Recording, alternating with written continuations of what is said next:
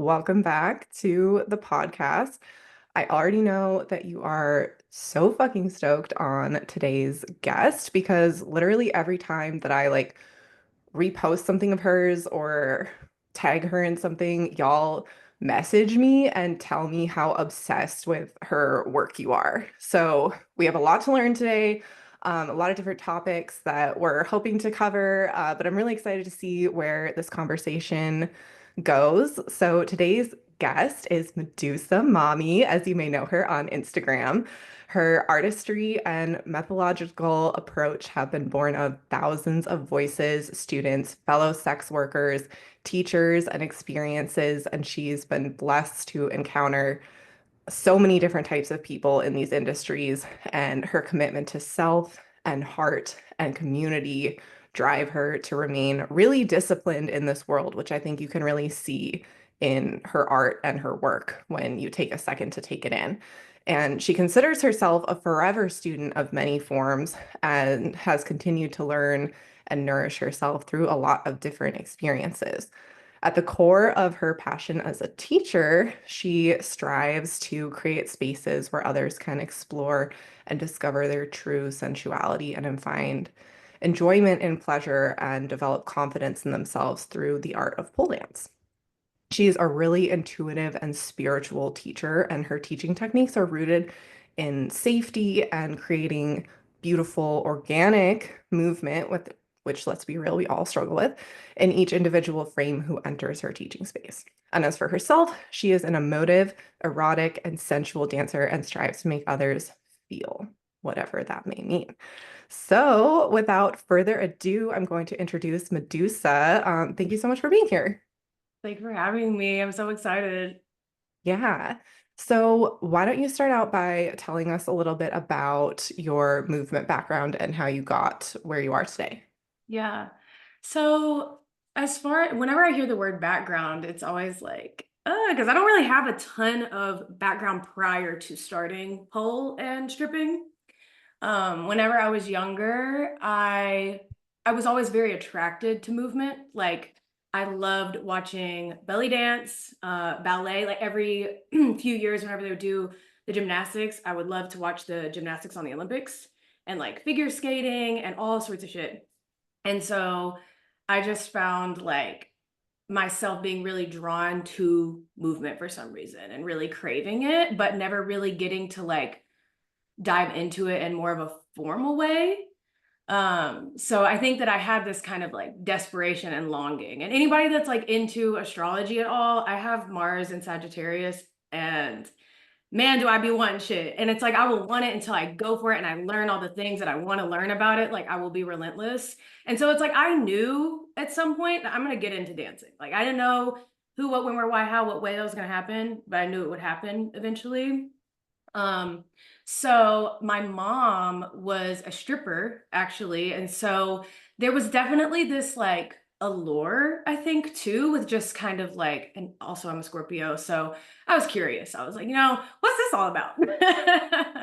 Like I would see her little outfits and da da da da da, and I was like, like I just always had curiosities, and again, like for me, getting curious around stuff is really how I like that's where I start. I get really fucking curious and then I start going in and digging and trying to see what I can uncover.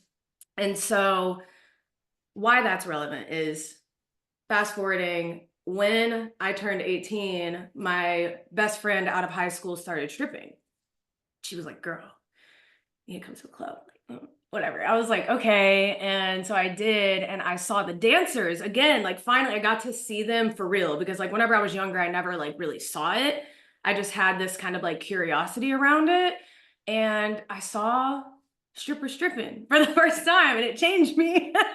I was like, I need that. I was like, I want to move out.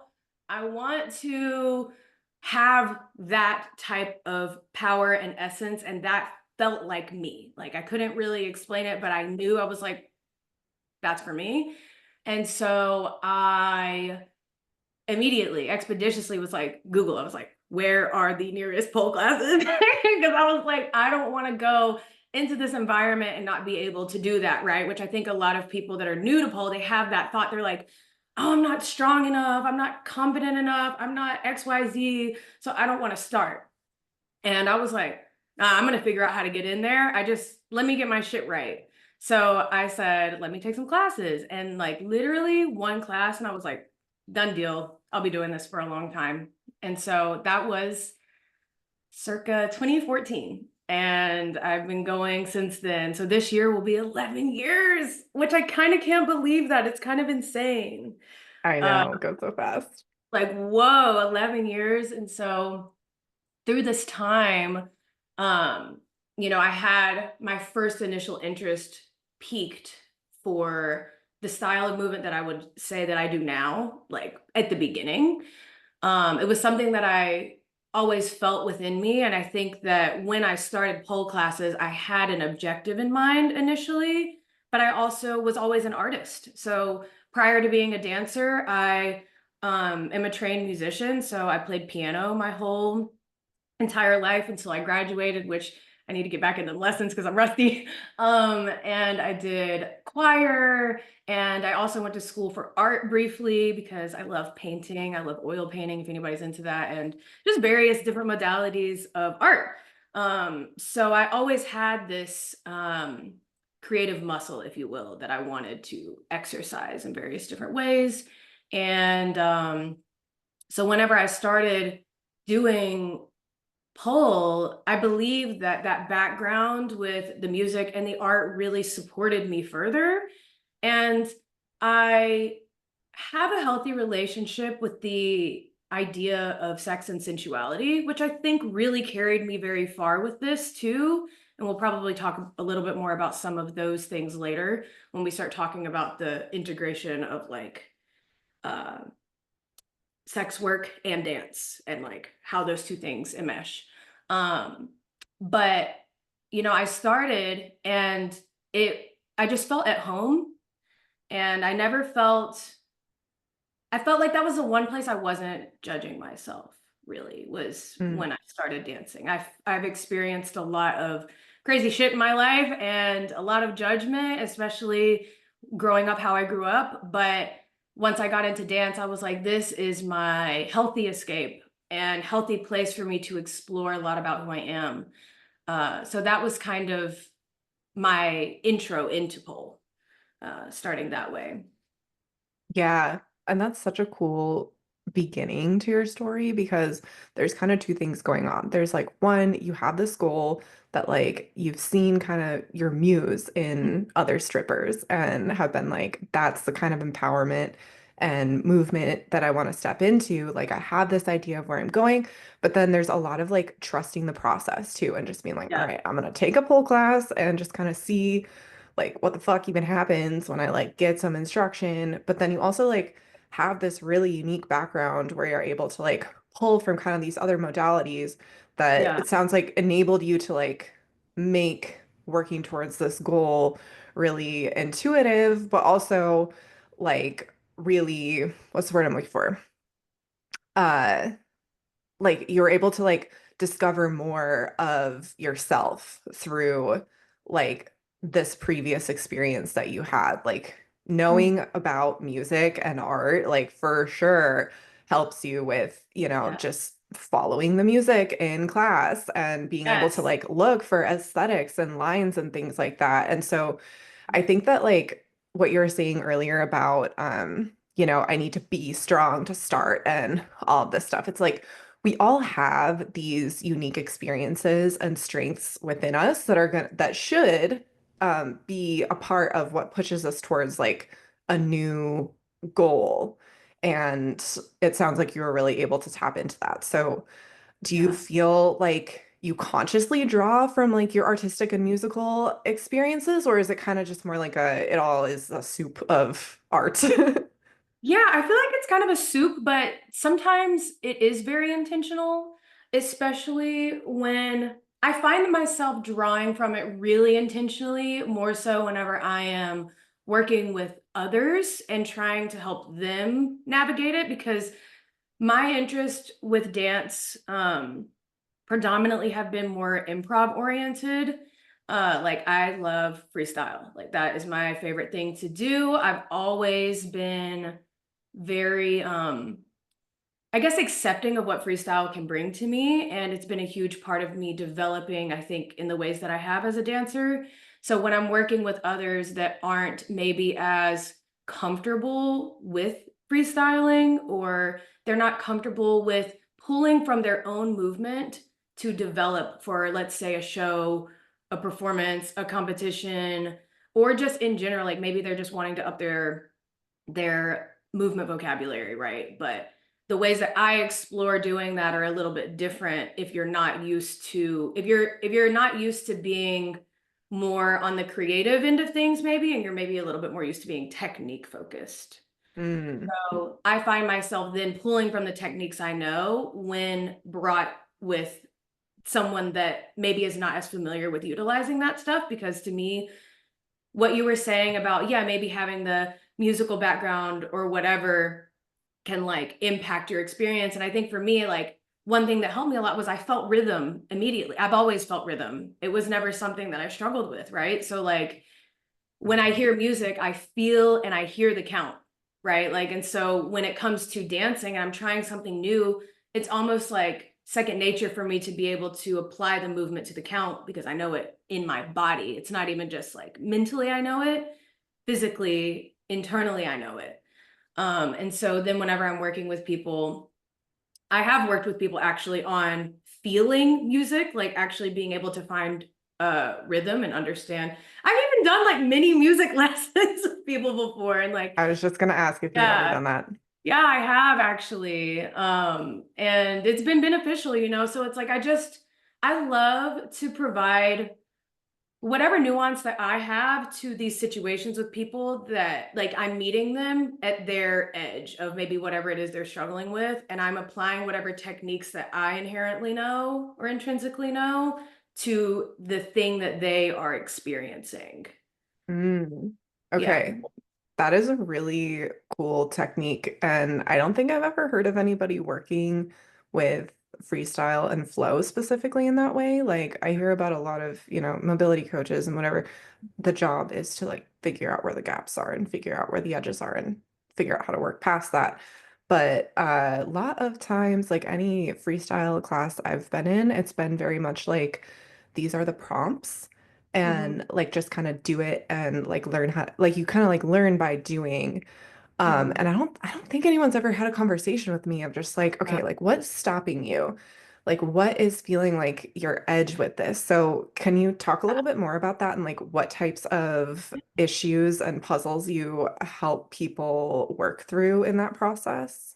Yeah. So when I'm working with people, especially like, because I do teach a good chunk of technique because I want people to have a feeling of safety and confidence with their vocabulary of movement, right? So it's like I want you to have enough technical skills and knowledge to then be able to apply the other things that I'm going to tell you. So I do value and teach a lot of techniques, but then whenever we're not focusing so much on techniques and people feel comfortable kind of exploring within their range, the things that I do are, and it also depends on if I'm teaching like in a group setting or if I'm teaching like one-on-one. It definitely changes because in Hmm, a group for sure. setting, well, actually, in a group setting or individually, I like to teach around concepts a lot. Like, there's not really an end in sight necessarily. There's not supposed to be. That's kind of what flow is, you know? So it's like, Mm,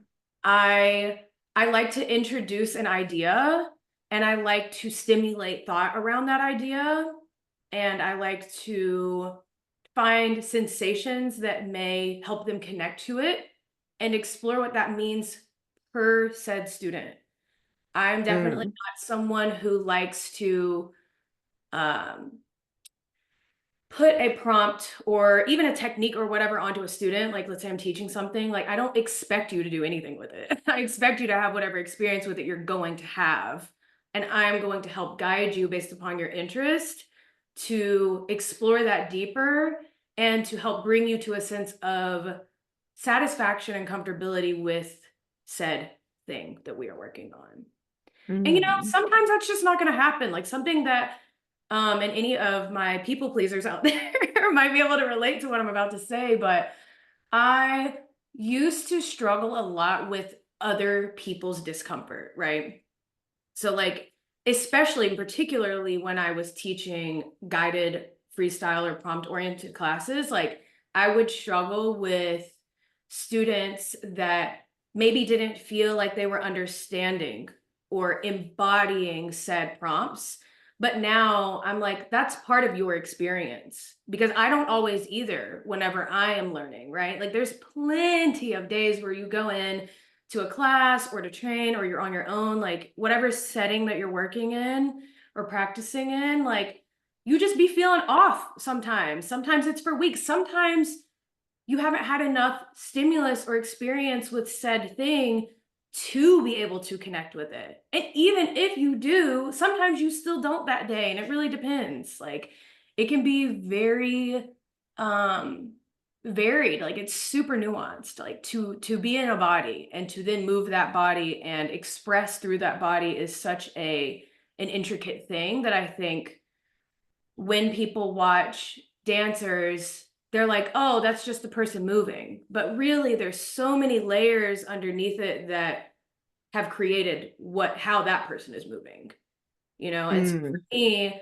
I don't really, um, perfection is not something that I would ever try to make somebody feel that they should strive for, right? And I say this because I think a lot of us naturally, especially artists, creatives, have a perfectionist streak, and that's kind of like in a weird way what motivates us to do our best.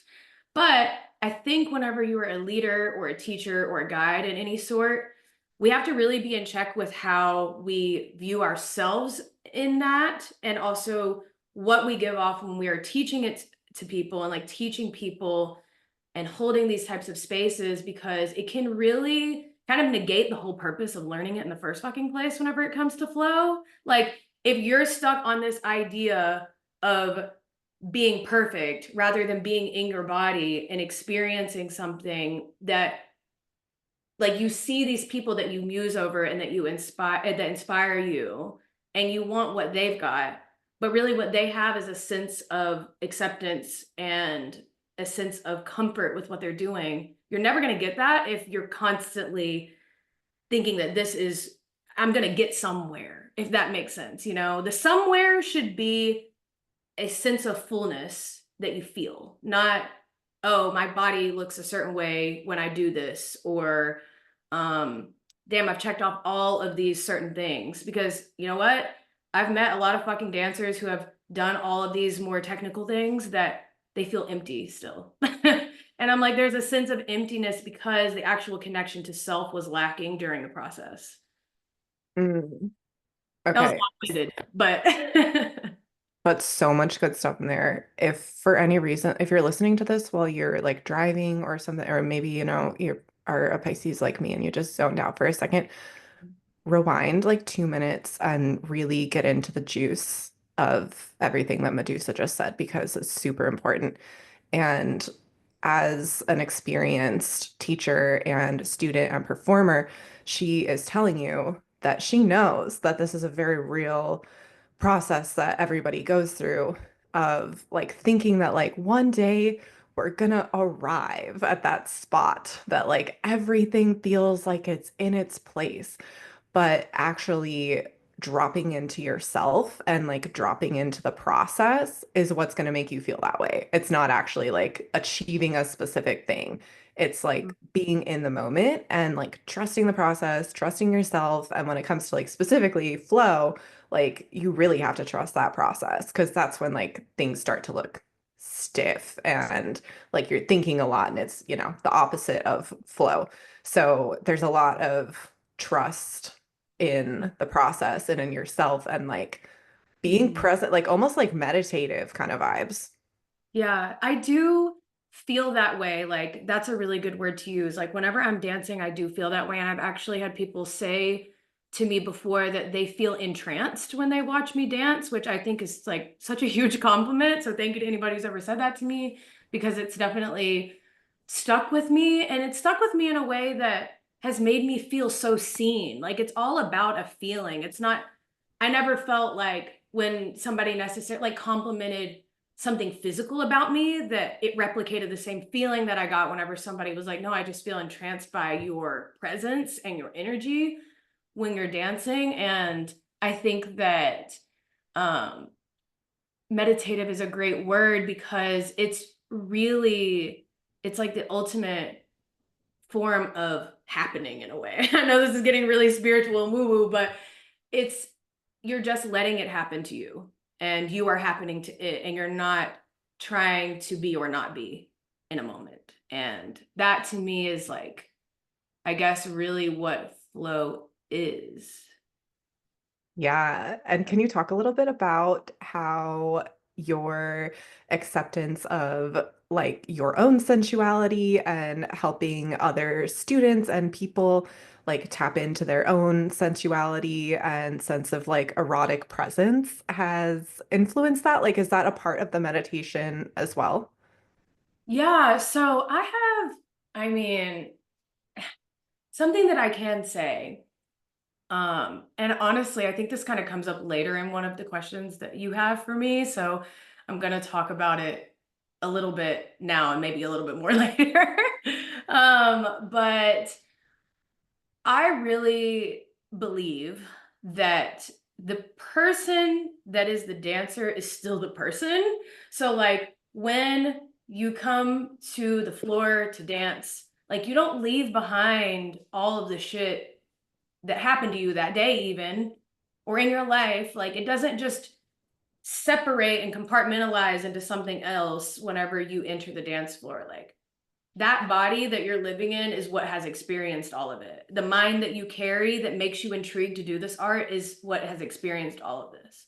So I find that whenever people self reject what they've experienced and like they kind of don't want it to be a part of what they have going on, that's really when they struggle to tap into their sensuality, because being sensual is, that's your senses, right? Like that's your whole entire connection to things around you and how you experience spaces. And if already in your mind you're feeling XYZ about yourself, how are you supposed to actually drop in to connect? Or if you are rejecting those things, right? Because I do believe that when you embrace the sensations that are happening, that's how you can continue to be present and embodied. Some of my best performances, because I perform freestyle a lot, have happened during some of the darkest times of my life where like I didn't have any expectations of myself.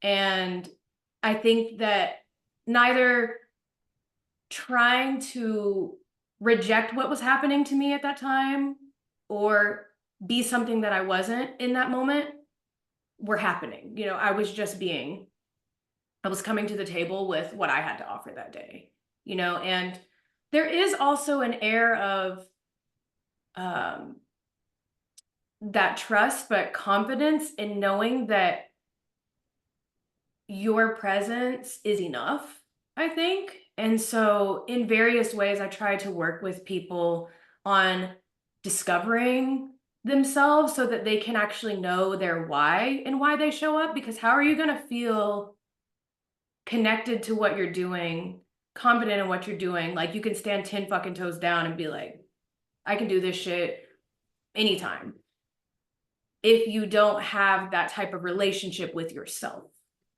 Mm, yeah.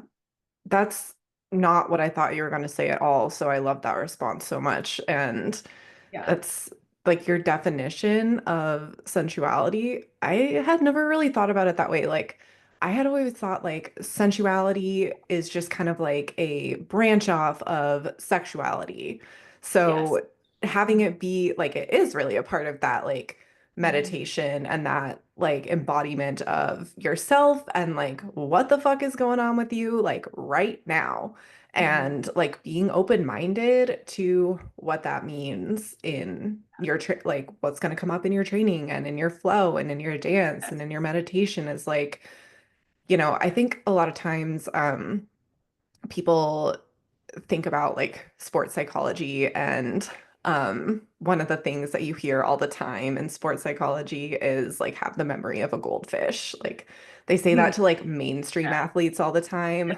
That like, just forget about the basket that you just missed and like move on, like start over, whatever.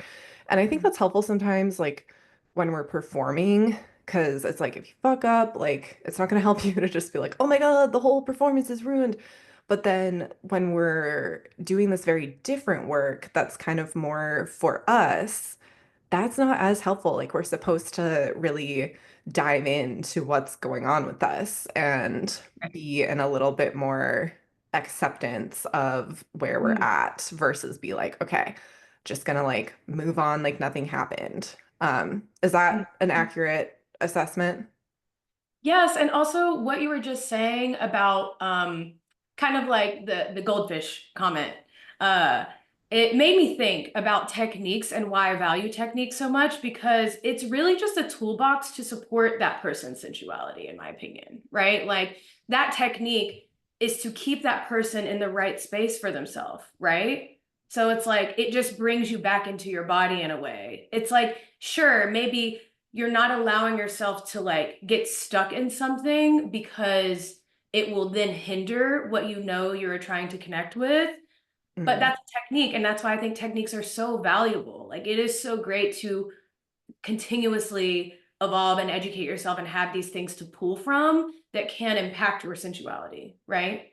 They do go together. I really do believe that they do. I think that a lot of people have this kind of um, very like boxed in view of like sensuality and technique are not the same thing. They're vastly different and they don't go together almost. And it's like, no, they really do. Like they're both supporting factors to each other. Because also for me, like something that has caused me to I guess like I just love technique in a way, even though like I am such a like freestyle oriented person because I bring a sense of freedom to learning technique. I bring a sense of how does this feel in my body when I do it and playfulness and curiosity. I bring that sensuality into my technical studies. And I think that that is also what helps me find things that feel truly comfortable to me, but also like that make me feel beautiful when I dance, because it's like I want to feel like when I come to dance that like this is an act of self-love for me. I'm showing up for myself because I fucking want to. And so when I'm learning these things that I want to learn, it's like, okay, let's say hypothetically, like I do have something aesthetically that I want to learn, like a certain shape, or like there's something I want to access. It's like there's a reason why I want to access that though. It's not just to be able to say like, oh, like maybe I'm super bendy or I'm this or that. It's like, no, like I want to feel strong and powerful and like I can fully expand into a moment with this shape. Like yeah. sensation that comes with it and a sense of that sense of fullness that I was talking about. And I think something through my teaching that like I really feel passionately about is like I want people to be able to identify why they're doing something. Because if you Mm. can't do that, then it can create a sense of emptiness around what you're doing and you have struggles like actually connecting to why you're doing it in the first place. You know? For sure. Yeah. And I think we see that a lot, like in the modern pole world, Mhm. which I want to get into in a second. We're Yeah. going to open up like the full can of worms. Just pole is so different than it was 10 years ago when we started. And I think right now we're really in a phase where like people think that they need to be able to do certain things to be valid as a Yeah. pole dancer or a dancer. And it's like, you know what? Like, you're gonna be whatever, like, your iteration of whatever, like, being a pole dancer is supposed to be like for you. And, like, that's how you're gonna have the most, like, meaningful and I hate to use the word productive, but what I mean by productive is really just like more of the meaning, I guess. And like feeling good in your body and feeling purposeful in your art and your training. And when you let go of the expectations of like, oh, I've been doing pole for this long, and so like I should have my spatch or I Right. should have my aerial deadlift or whatever.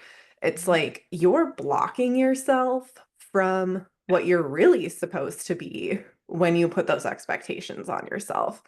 Right. And what I'm hearing you say a lot of is like there's space for both of those things. Like, yeah, learn cool shit that you want to learn. Like, that's why we're here for sure. Dive into that. Like, learn Mhm. from really technical coaches and like get very scientific with your approach if it so calls you to.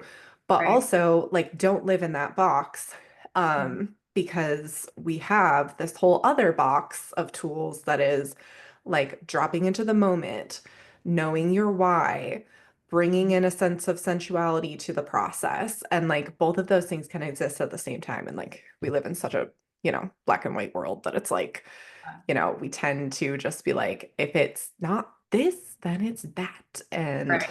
like we Mhm. tend to just No get nuance. so no nuance, and Yeah. no individuation. Like, I'm the first, sorry, okay. I need to go No, on a you're good. rant too. I'm No, the I love first a rant. person to be like, we deserve like the care that other professional athletes get. Yeah. And because pole and dance is mostly comprised of marginalized communities Mhm. and people that just don't have the same resources as a fucking NFL player, like we just don't Right. get the same care that other types of athletes do. Yes. And so I really believe in educating people so that they have those tools at their disposal and that we have a responsibility to provide very accurate, Mhm. science-based care and training for artistic athletes. Yes. However, there is a point where that gets too sanitized Mhm. and like we're not NFL players. Like it's just not the same thing. Mhm. So without going too far down like my own rabbit hole, I want to Mhm. hear your thoughts on like exercise science has become like it's come so far in terms of like what's available to the pole dance community. And what are your thoughts on preserving poles, roots, and avoiding any sort of sex worker erasure through this process? Like, how can we, speaking of black and white, like do both of those things? And what has your experience been? Oh, whew. I have so much I could say about this. Let Okay, me yeah, whiplash. where to begin. All right. I saw my whole past pop up in the 1 second. Um, okay, so I did write some. So this is where I'm gonna start looking at my notes because this is a very important question. Because yeah, I like that you were using the word sanitize because I do feel like as whole has grown, that yes, there's been a lot of conversations around literally just sex workers trying to be like held safely and with solidarity and respect in an art form like that was pioneered off of their work. It's like we made this possible and made the art that people know and love so much a possibility, and the pieces of it that they're attracted to, whether or not they want to admit it, a lot of people are attracted to pole dance because of its taboo nature. Like it makes them feel empowered because of the disempowerment that can come from it at the same time that other people try to apply onto a person, right? Like they call you a whore, they call you a slut, whatever, blah blah blah. They judge you because of how you use your body, which I mean, fuck people, but like it's I find that people oftentimes that join into pole that are entering it as a hobbyist, they are attracted to it because of this taboo sexual almost connotation and that connection. And that's what makes them feel empowered doing it in the first place. So then whenever I think about the like pole dancer to facilitator of pole or leader or guide in pole pipeline, where I see a lot of the erasure happening, especially in regards to what you're talking about, like with exercise science and things that are being developed, is I've worked with so many people, right? And people can easily say, in poll, even like, oh, well, this client or student that I work with, they work a desk job 9 to 5. So their hamstrings are likely going to be really shortened and tight, and they're going to need these types of exercises for that. Okay, well, then where is the research surrounding strippers and sex worker bodies about what they may possibly be experiencing And how can you do research around that to have answers when they come to you? Like, I am someone who has worked with many a body worker, physiotherapists, chiropractors, um, yoga practitioners, exercise scientists. Like, I have paid for a lot of work and resources and education for myself because I didn't have access to it in the spaces around me. And what I realized through a lot of the people that I've worked with is that either they don't have the same background I do, so they can't quite understand it, or B, they didn't even want to because they didn't try to research to see how they could, knowing that they're going to have clients like that show up because it's pole that we're talking about, did no research on how it, even getting curious around how it might impact those bodies, right? Like, something that I feel really strongly about is like including sex workers in the conversations, including them in the practices, including them in the research.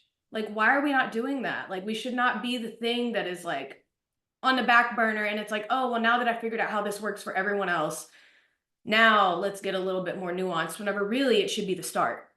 Mm. Because sex worker bodies, they go through shit, okay? Like, the amount of demand mentally, emotionally, spiritually, physically is insane. So then when you take it, especially for somebody like me who is a huge anatomy nerd, and a sex worker, right? Like, part of my like joy with working with so many people was learning, because I find it fascinating, right? Like, not just because I'm a sex worker and it impacts my body, but because I simply find it fascinating. So I'm thinking, like, even if I weren't a fucking sex worker and I was a researcher on these things and I worked in that field, right? Like, we're talking about pole dancers that are also educated in doing whatever form of body work or exercise science or whatever they're doing. It's like, do you not have the fascination to like want to know how to work with these people?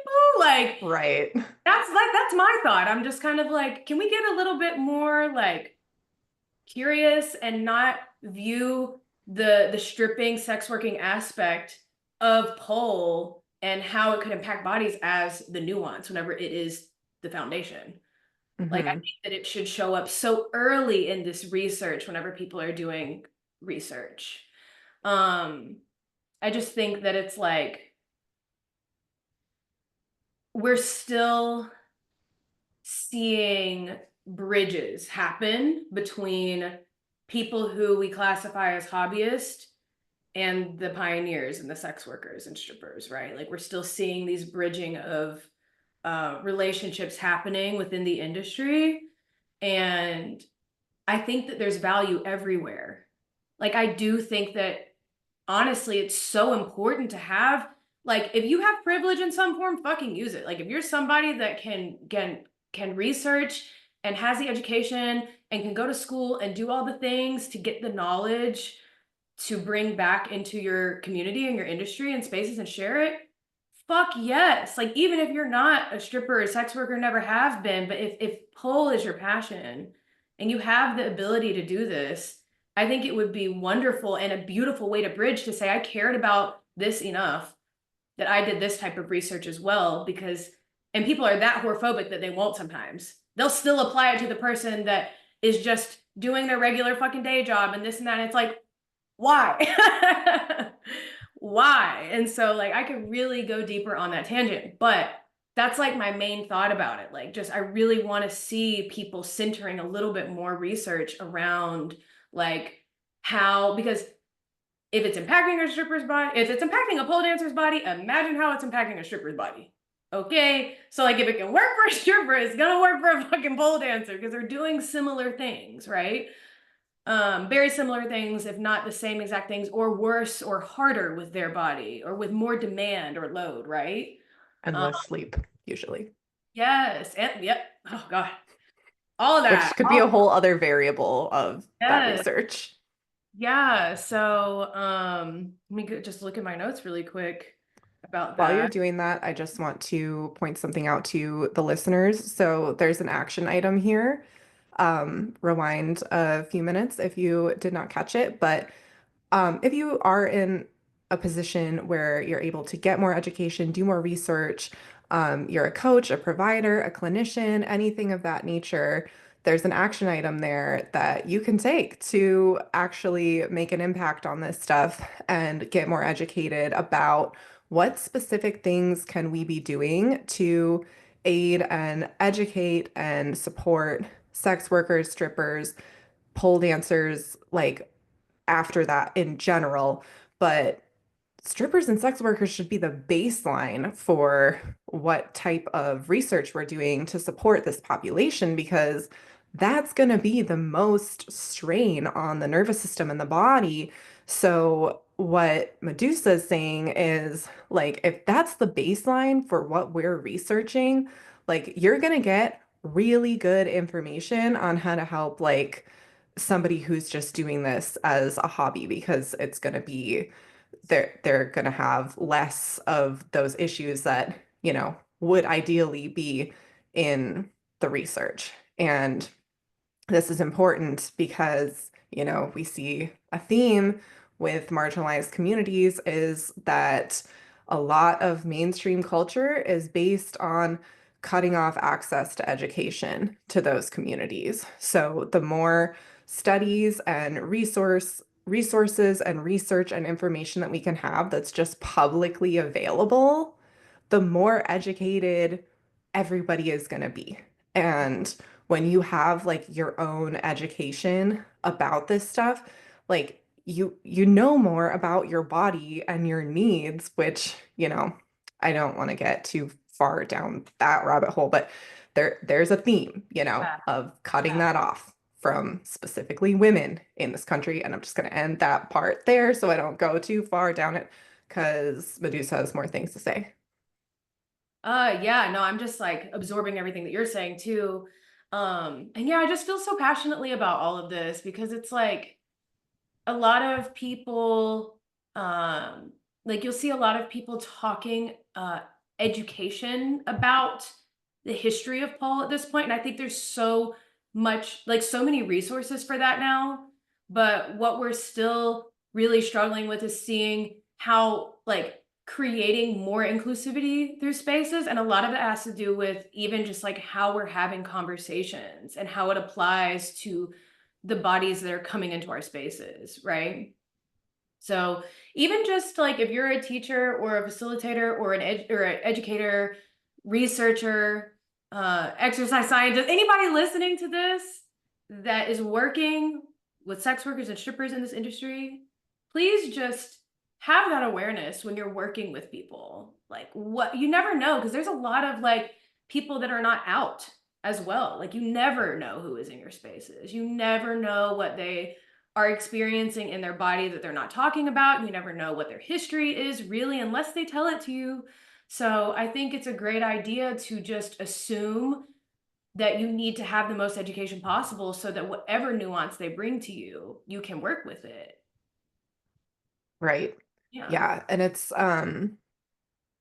so funny that you say that we're getting to a place where we have so many resources for pole dancers. Like, God, there's just so many people that do like a different variation of what I do. And it's just been so interesting to like watch it blow up because I'm sure you feel the same way that like when we first started, it was just like, all right, get up there. Like you feel Yeah. something weird in your body, like Yeah. could be anything. And then you have to go to like a muggle PT and like explain this whole thing to them. And it's like pole is weird to them, but then like sex work and stripping is just like that's like a whole other thing to them that like Mhm. they're just not like there's not time in a 60-minute physical therapy session to explain all of that. Um, and so now like we've kind of taken the first step towards mitigating a little bit of that and providing more resources. But something that I personally think is really important is that like all of this education and like body science and like fitness stuff and whatever does not oh gosh, I just really want to be concise about how I say this because I'm so wordy. Mhm. Um like that we don't see those words like fitness and athletic development and things like that and think that equals not sex work. Yeah, Because I think for some reason, like it just sends that message, a lot of it. And I think that, like all of our like family friends have said to us, like, oh, but you do it in that fitness way. Like it's not yeah. like, But it's yeah. art And when it's you just do like, it. first of all, sorry, what'd you say? I was gonna say they say like, oh, it's art when you do it.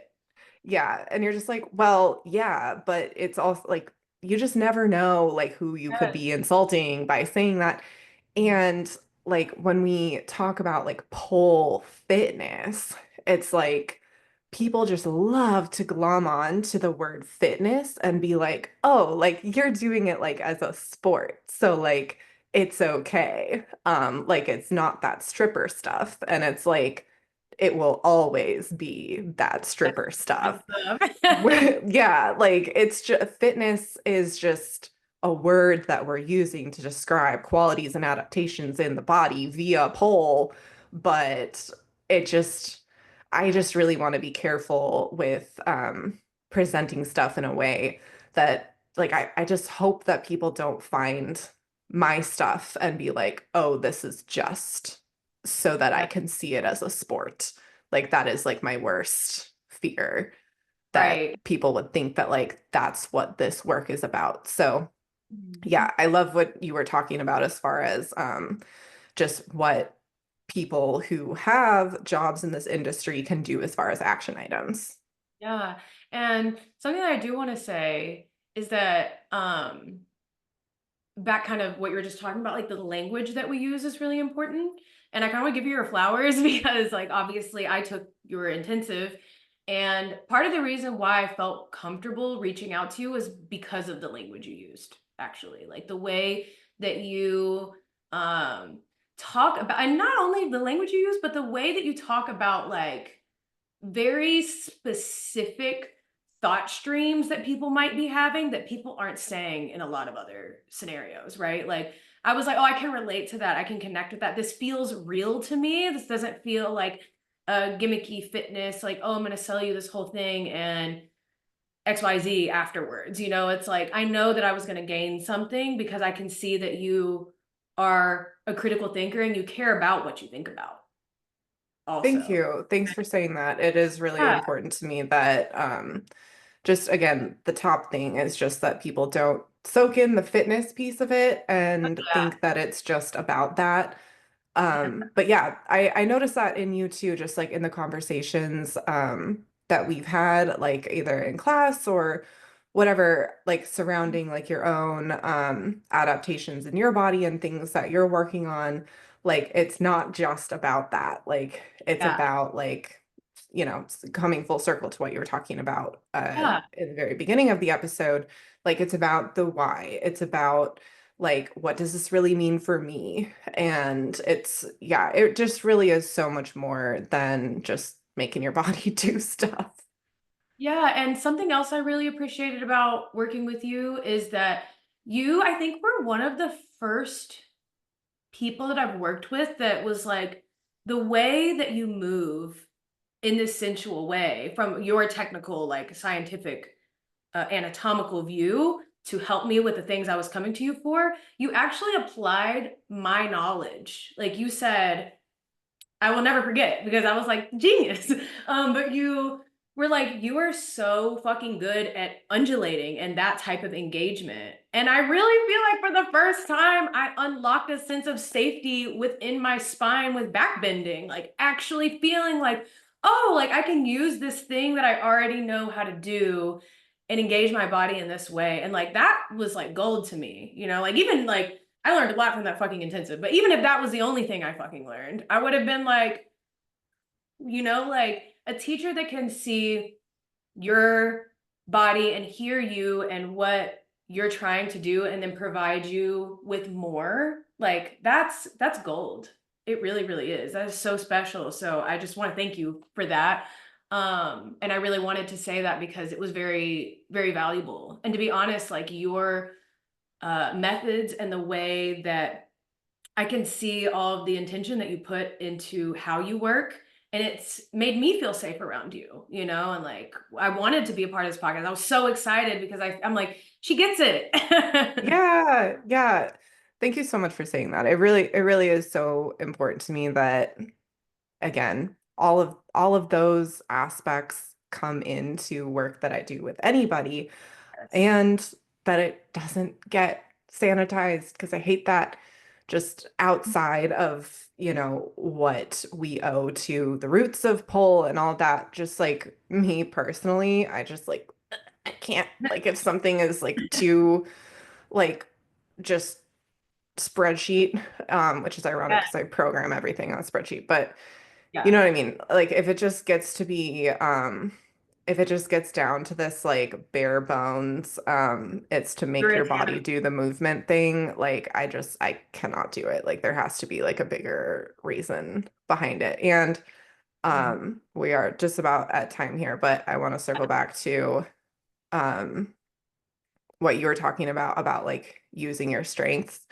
um, in your programming is I think the reason that that resonates with you specifically, and I think resonates with other people when I work with them, but maybe they just don't know it quite as much, is that we all have these like strengths and things that make us unique and these unique experiences and things that we're sensing in the world. And like you were saying about the flow, like the idea is to bring that into your training, like not shut it out.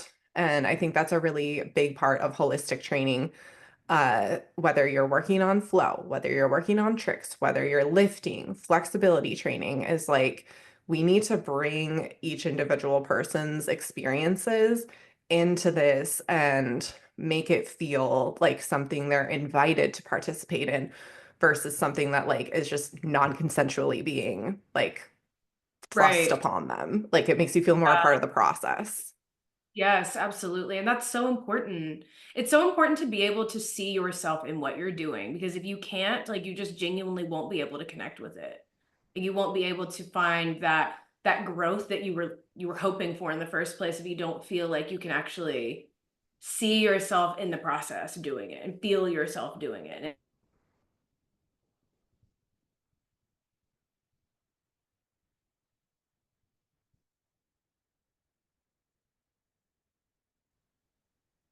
Oh, hold on. Did I freeze too?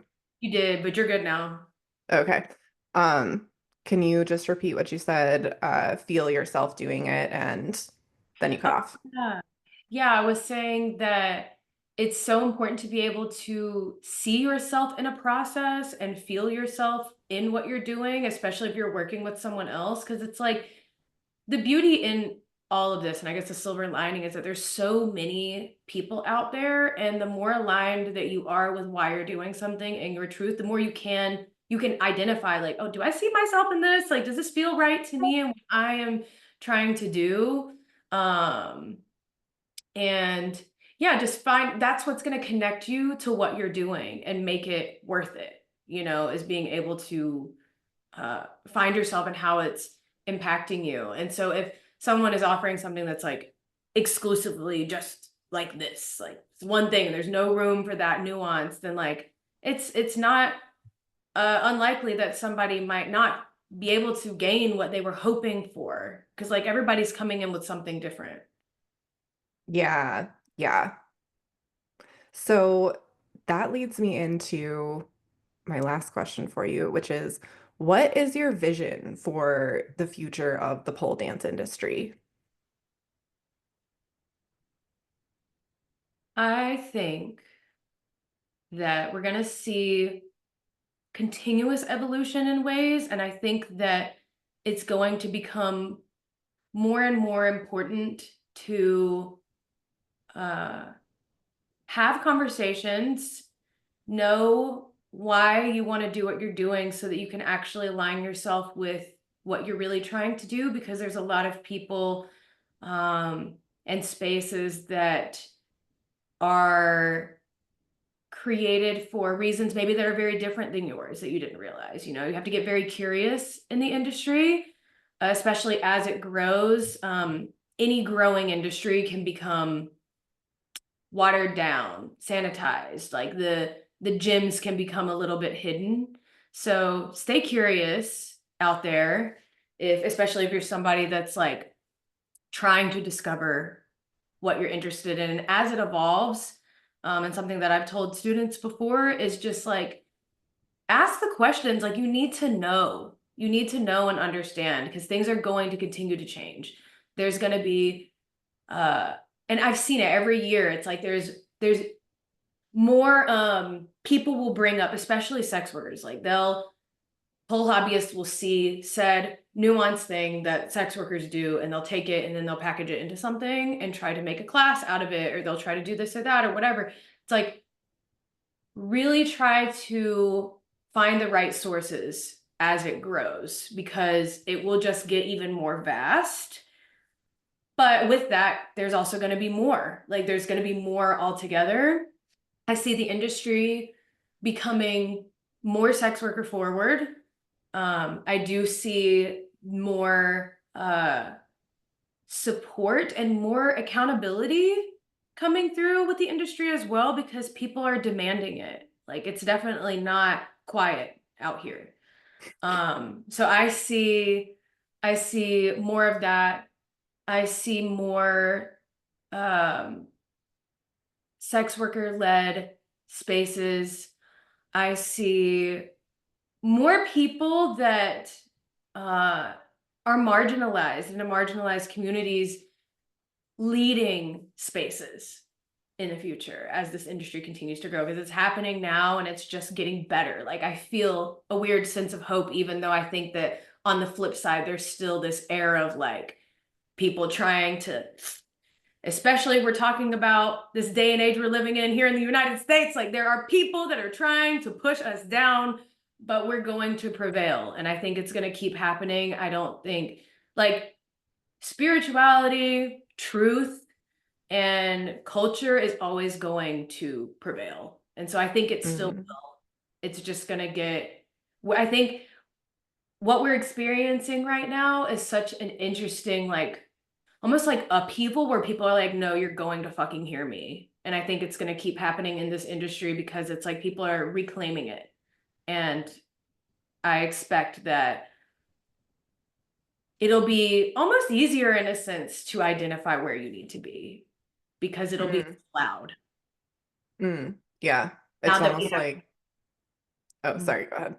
Oh no, sorry. Yeah. I was just saying like there will be, with all of this new information and more research and more people coming to the forefront, there will be so much more for us to explore that we've had struggle getting access to. And I feel really excited for that, actually. Yeah. Mhm. Yeah. It's almost like the word roots, like when we use poles, roots is Yeah. like we use that word for a reason. Like you can't chop the tree off and try and like replant it without the like it's just gonna die. So it's like the roots are always gonna like and another tree is gonna grow from those roots. Like the roots are the roots and we can never escape that. And we might go through some eras where people are trying to chop the tree off and replant it, but like you can't fucking do that. It's just not the natural order of things. And Right. so that's what's ultimately going to come out in the Mhm. future. So, Yeah. yeah, I love the way you talked about that. Thank you. Okay. To finish up, I want all of y'all to know how you can work with Medusa. She has a lot of really dope offerings, like online, and all over the place. So I'm gonna pass the mic to her in just a second and let her talk to you about all of that. But first, I want to play a little game between the two of us. We've all played it at those slumber parties when we were kids. Fuck, Marry, Kill. So we're gonna play Fuck, Marry, Kill with tricks, contortion exercises, and lifting exercises. So Ooh, I like this. Fuck, Marry, Kill, bird, spatch, handspring. Bird, spatch, and handspring. Um, I'm definitely gonna say for me, Probably gonna marry Spatch because like I just love to bust it wide open and I'll be doing that for the remainder of my life. So if I'm gonna stick with something for a long time, it's gonna be that. Um, Marrying the handspring, I think, because I really just I love the way it feels. Like I love the power that it brings me, and I think I like that sense of stability that it offers. And BOP, kill that because it's a pain in the ass, a pain in my ass. And I just think that it's gorgeous. Like, don't get me wrong. Like, if you're marrying that, cool. I'm not judging you. For me, pain in the ass, I feel like I find more pleasure in the other two. Okay, okay. I would be almost exactly the same, but Spatch and Bird Oh, you, flipped. Yeah. yeah. I would marry Handspring as well, even though it's not like historically my favorites become something that I go Mhm. to now more for more marriage related reasons and less fucking related Really? reasons. So, Yeah. That, it's like all reliable. yes, exactly, exactly. It's Yes. reliable. So, Yeah. okay. Mhm. So, contortion exercises, Okay. fuck, marry, kill, cobra active lifts. So, Okay. yeah, Love on your them. belly lifting. Um, pancake, square splits. And I like Square all of splits these. specifically, not open splits. Oh, square splits? Oh, I'm killing that. Same, honestly. And I'm a splitty girl, but like square splits piss me off. Like it's just something about them. Like whenever I'm doing them, I'm like, ugh, like I want to do this. I'm a little bit masochistic, so I'm gonna push myself. I'm gonna be like, yeah, I need to see how far I can get with this. But at the same time, it pisses me off. So killing that, I am, ooh, Pancake and lift off still. I am,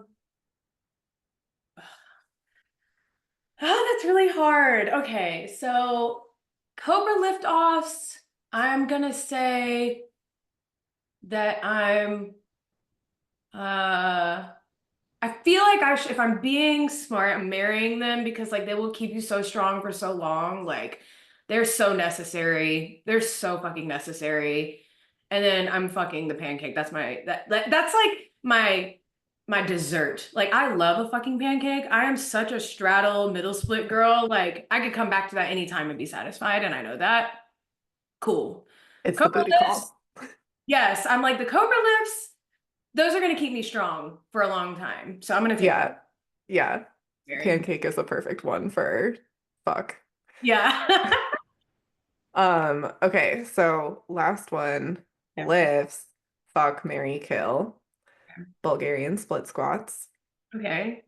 overhead press, Okay. rows. Ooh. Uh, okay. So It's tough because it's tough when it's like divided between upper body and lower body because it's like, well, this is yeah, totally different energies. I am killing the overhead press. I am fucking the Rose and I'm marrying the Bulgarians. Okay. Yeah, I like that. Because the Bulgarians are very similar thought pattern to these are going to keep me strong for a long time. And them things grew my ass. Okay, let me tell you right now. So great. Once I learned how to like do them, I said, I'll never stop doing these. Like I'll stick with these for the long haul. Hell And yeah. rows, like the things just feel good. I love a row. I Totally. love rowing. Like could do that every single day and be happy doing them. Overhead press, my hypermobile ass. Pushing shit over my head annoys me. Overhead stuff irritates me, which is funny because I'm a pole dancer. But This is yeah, different. yeah, I would definitely toss the. Okay. Yeah, that makes sense. I think we all have felt that way. Us hypermobile peeps have felt that way Yes. with overhead stuff. We're like, oh my God, this is gonna pull me back into a back bend. Right, Like, like holy what's going shit. on here? So, so intense.